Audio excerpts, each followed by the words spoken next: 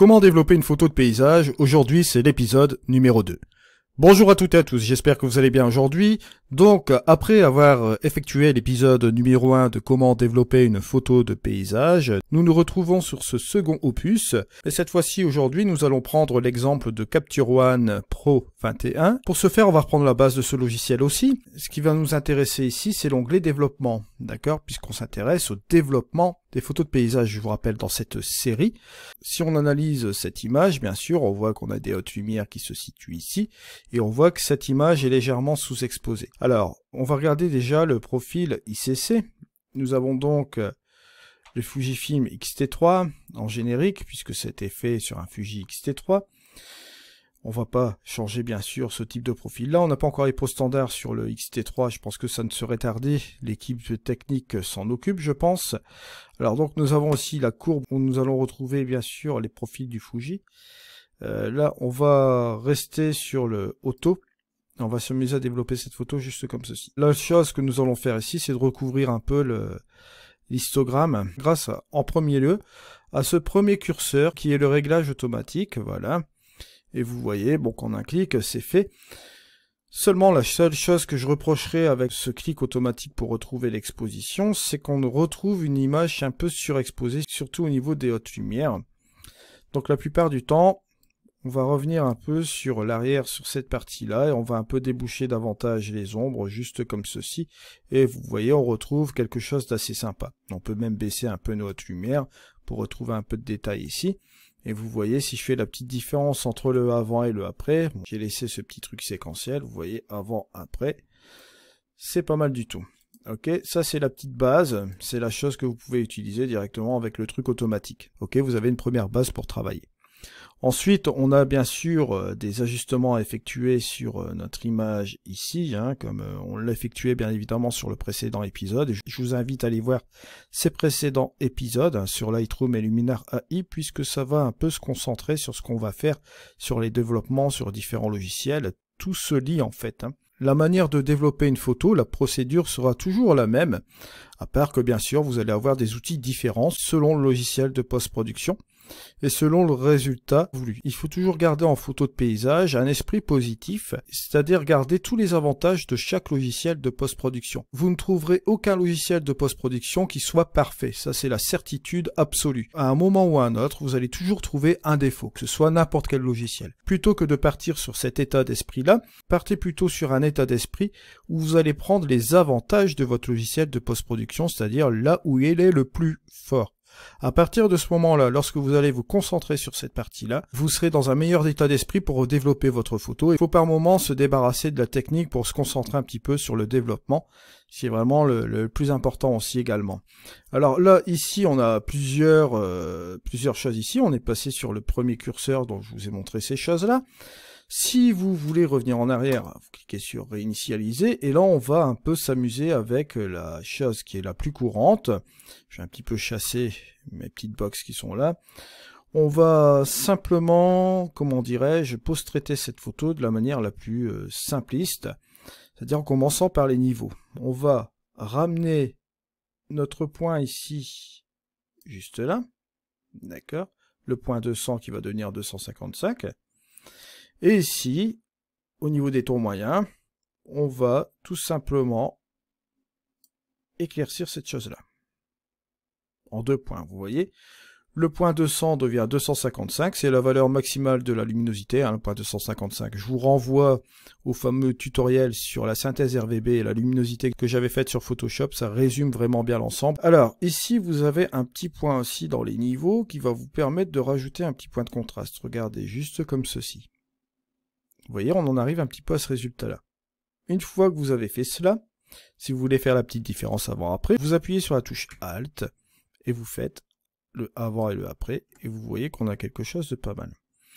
Ensuite, via une chose, on va venir sur le High Dynamic Range, juste ici. On va baisser notre lumière juste comme ceci. Vous pouvez y aller vraiment à toute blinde, interagir ici au niveau des hautes lumières, vous voyez. Petit repère avec Capture One 21, ce qui est très bien, vous avez la petite barre qui bouge ici, d'accord? Vous voyez que là, la petite barre se dirige vers les hautes lumières. Ici, vous voyez que cette partie du ciel, plutôt dans les tons moyens, d'accord?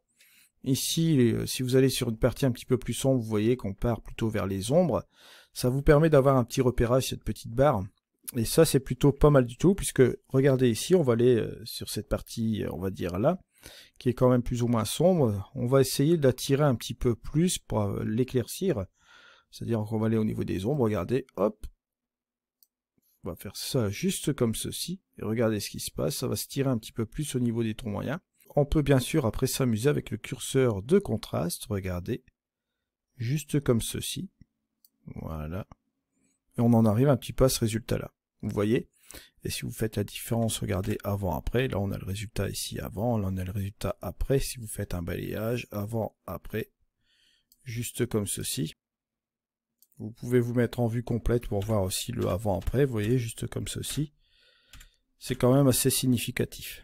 Après, ici, vous avez le curseur de clarté. Ça va nous donner un petit peu de contraste un peu dans les tons moyens, comme vous voyez là. Et ça va nous donner un petit peu de relief sur notre image. Vous voyez, si je fais la différence ici entre le avant-après, j'appuie sur la touche Alt et ce petit bouton, avant-après. Vous voyez que c'est assez significatif. Si je veux accentuer également avec de la structure, je peux également le faire ici. Pourquoi pas. Et voilà où on en est. Vous avez plusieurs modes bien sûr, en naturel, puissant pour accentuer encore plus l'effet. Et vous en avez deux autres ici, neutre et classique, d'accord.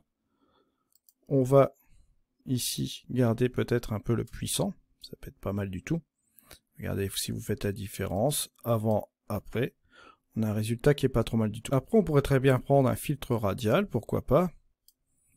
Hop, juste comme ceci, pour concentrer notre image là.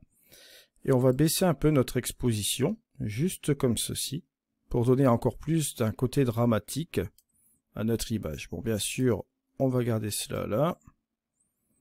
Voilà, si j'applique le masque, bien sûr,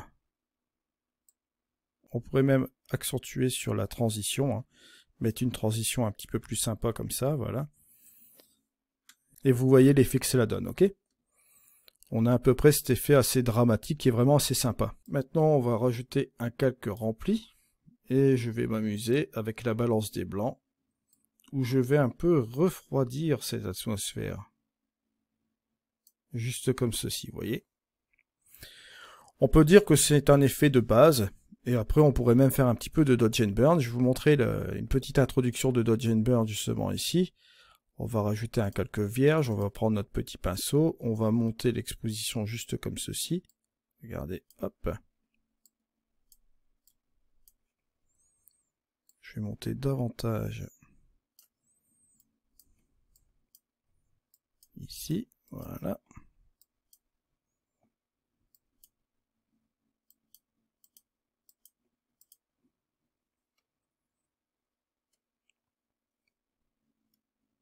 Maintenant, on va pouvoir ajuster. Regardez, avant, après. Différence assez sympa. Et on va s'amuser à assombrir aussi cette partie. Et là, on va utiliser un calque vierge. Nous allons toujours prendre notre pinceau. On va bien sûr baisser ici la luminosité. Et là, on va pouvoir interagir sur certaines zones ici de l'image, comme vous voyez là. On va assombrir pour faire un petit peu de relief, pourquoi pas. Regardez la différence, avant, après. Ça rajoute encore quelque chose à l'image davantage. On peut réduire les crochets, bien sûr. Voilà. Et on a à peu près ce résultat-là. Maintenant, rien ne vous empêche de rajouter un calque rempli, cette fois-ci. Voilà. On va là, dans la balance des couleurs. On peut injecter dans les ombres un petit peu de bleu, pourquoi pas, juste comme ceci, pour lui donner un bon côté dramatique. Au niveau des hautes lumières, on va changer cela. On va mettre une couleur un peu jaune, comme ceci, jaune-vert. Un petit peu moins, on va moins saturer l'ensemble. Voilà, juste comme ceci. Et on va faire un point de liaison avec nos tons moyens. Voilà, peut-être un petit peu plus.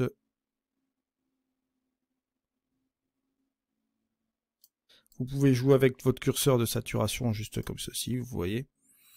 Et on obtient ce résultat qui est vraiment pas trop mal. On a une ambiance assez dramatique par rapport à avant. Si vous regardez la différence entre le avant et le après, vous voyez. C'est une légère colorimétrie qui rajoute quelque chose à votre image, qui vous rajoute un peu de punch. Si vous faites un plein écran, vous voyez ce que ça donne. On va revenir en arrière. Vous vous doutez bien, une image comme celle-ci, on va la mettre en 16/9, ça peut être assez sympa aussi. Voilà. On va démarrer sur cette partie-là de l'image.